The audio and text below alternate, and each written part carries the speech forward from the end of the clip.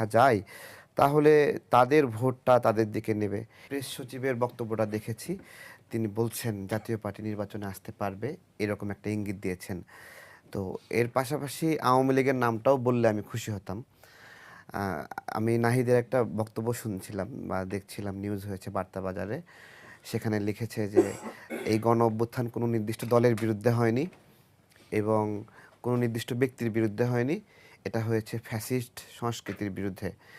আমি তার এই বোধোদয়ের বিষয়ে তাকে সম্মান জানাই যে এইরকমই আস্তে, আস্তে সবার চিন্তা হওয়া উচিত। যে আমরা একটা ফ্যাসিজম ব্যবস্থাপনার বিরুদ্ধে লড়াই করেছি। যে ওই ব্যবস্থাপনা আর ফেরত চাই না।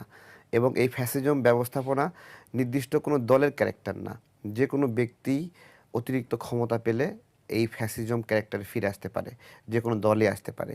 সেইখানে প্রেস সচিবের যে বক্তব্য জাতীয় পার্টি নির্বাচন করতে পারবে, এইটা অনেকের জন্য অস্বস্তির কারণ হবে। বিশেষত যারা জাতীয় পার্টি বা আওয়ামী লীগ নির্বাচনে না আসলে লাভবান হয় নির্বাচনে, তাদের জন্য এটা অখুশির খবর। এবং তারা একটা প্ল্যানই করেছে এভাবে যে কোনোভাবে যদি আওয়ামী লীগ এবং জাতীয় পার্টিকে একটু আলাদা রাখা যায়, তাহলে তাদের ভোটটা তাদের দিকে নেবে।